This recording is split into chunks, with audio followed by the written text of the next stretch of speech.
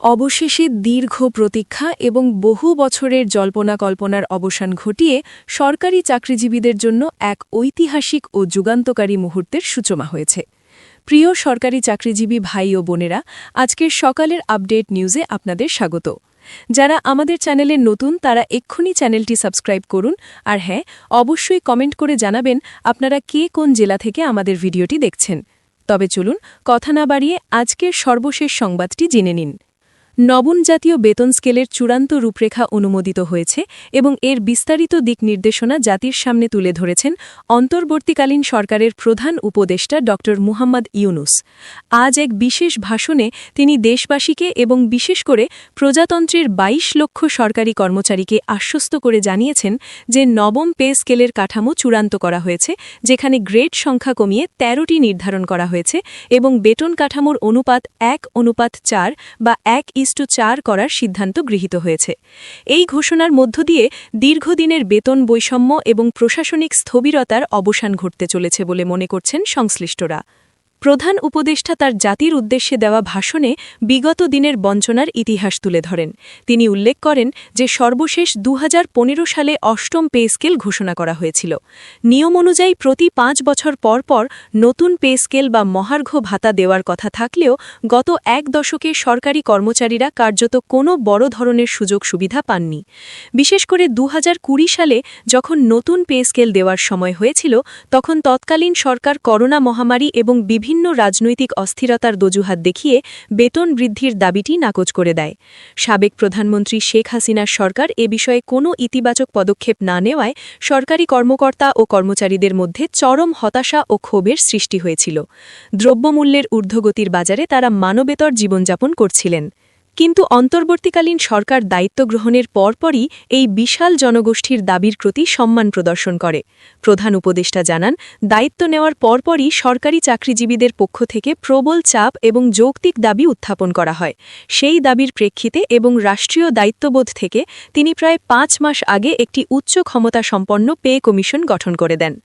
এই কমিশনের মূল লক্ষ্য ছিল দেশের অর্থনৈতিক সক্ষমতা এবং কর্মচারীদের জীবনমানের সাথে সামঞ্জস্য রেখে একটি বৈষম্যহীন ও আধুনিক বেতন কাঠামো প্রণয়ন করা।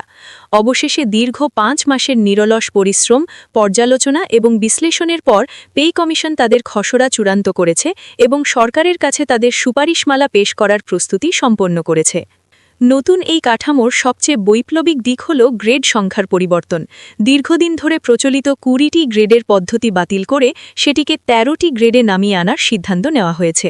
সাংবাদিকরা যখন এ বিষয়ে প্রশ্ন করেন, তখন প্রধান উপদেষ্টা স্পষ্ট জানিয়ে দেন যে আমরা পে কমিশনকে নির্দেশ দিয়েছি গ্রেড সংখ্যা ১৩টি রাখার জন্য। এই ১৩ গ্রেডের কাঠামোতে সর্বোচ্চ এবং সর্বনিম্ন পদের মধ্যে বেতনের ব্যবধান বা অনুপাত হবে ১:৪, অর্থাৎ একজন সর্বনিম্ন পদের কর্মচারী যে বেতন পাবেন, সর্বোচ্চ পদের কর্মকর্তার বেতন তার ৪ গুণের বেশি হবে না। এটি প্রশাসনিক বৈষম্য কমাতে এবং নিম্ন আয়ের কর্মচারীদের জীবনমান উন্নয়নে এক বিশাল ভূমিকা রাখবে। পে কমিশনের চেয়ারম্যান এবং সাবেক অর্থ সচিব জাকির আহমেদ খান ইতিমধ্যেই এই ১৩ গ্রেডের কাঠামো বাস্তবায়নের জন্য কাজ শুরু করেছেন এবং গ্যাজেট প্রকাশের জন্য যাবতীয় প্রস্তুতি গ্রহণ করেছেন। প্রধান উপদেষ্টা তার ভাষণে আরও উল্লেখ করেন যে এবারের পে স্কেলে শুধু মূল বেতন বৃদ্ধি নয়, বরং আনুষাঙ্গিক সকল ভাতার ক্ষেত্রেও বড় ধরনের পরিবর্তন আনা হচ্ছে। পে কমিশন যে খসড়া তৈরি করেছে সেখানে বাড়ি ভাড়া ভাতা, চিকিৎসা ভাতা, যাতায়াত ভাতা, টিফিন ভাতা এবং শিক্ষা সহায়ক ভাতার হার বর্তমান বাজার দরের সাথে সামঞ্জস্য রেখে পুনর্নির্ধারণ করা হয়েছে। বিশেষ করে শহরাঞ্চলে বাড়ি ভাড়ার আকাশচুম্বী মূল্য কথা বিবেচনা করে বাড়ি ভাড়া ভাতার হার উল্লেখযোগ্যভাবে বাড়ানো হচ্ছে। এছাড়াও তিনি একটি অত্যন্ত গুরুত্বপূর্ণ ঘোষণা দেন, যা হল পূর্বের বন্ধ হয়ে যাওয়া ভাতাগুলো পুনরায় চালু করা। এর মাধ্যমে মূলত সিলেকশন গ্রেড এবং টাইম স্কেলের মতো সুবিধাগুলো ফিরে আসার ইঙ্গিত পাওয়া যাচ্ছে, যা ২০১৫ সালে বাতিল করার ফলে কর্মচারীরা চরম ক্ষতির সম্মুখীন হয়েছিলেন। প্রধান উপদেষ্টা বলেন, আমরা পুরো বিষয়টি পর্যালোচনা করছি এবং খুব শীঘ্রই একটি বাস্তবসম্মত গ্যাজেট আপনাদের মাঝে উপস্থাপন করা হবে, যেখানে কোনো ধরনের বৈষম্য থাকবে না। অর্থনৈতিক দিক থেকে এত বড় একটি পে স্কেল বাস্তবায়ন করা সরকারের জন্য নিঃসন্দেহে একটি বড় চ্যালেঞ্জ। অর্থ মন্ত্রণালয় সূত্রে জানা গেছে, নতুন এই বেতন কাঠামো বাস্তবায়নের জন্য বাজেটে বিপুল পরিমাণ অর্থের প্রয়োজন হবে। প্রাথমিকভাবে বাজেট ঘাটতির বিষয়ে উদ্বেগ থাকলেও প্রধান উপদেষ্টার নির্দেশনায় অর্থ মন্ত্রণালয় বাজেট সংশোধনের জন্য নতুন উদ্যমে কাজ শুরু করেছে।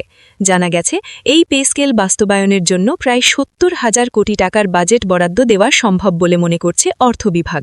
যদিও এত বিপুল পরিমাণ অর্থের সংস্থান করা এবং পুরো প্রক্রিয়াটি সম্পন্ন করা একটু সময় সাপেক্ষ ব্যাপার, তবুও প্রধান উপদেষ্টা দ্ব্যর্থহীন ভাষায় বলেছেন যে নবম জাতীয় বেতন স্কেল নিয়ে আর কালক্ষেপ করা কোনোভাবেই যৌক্তিক সিদ্ধান্ত হতে পারে না। কর্মচারীরা অনেক ধৈর্য ধরেছেন, তাই আমরা আর সময় নষ্ট না করে দ্রুততম সময়ের মধ্যে একটি পূর্ণাঙ্গ গ্যাজেট প্রকাশ করব, যেখানে তাদের দীর্ঘদিনের চাওয়া পাওয়ার প্রতিফলন ঘটবে। এদিকে পে স্কেল নিয়ে বিভিন্ন মহল থেকে এবং সংবাদ মাধ্যমে মাঝে মাঝে কিছু নেতি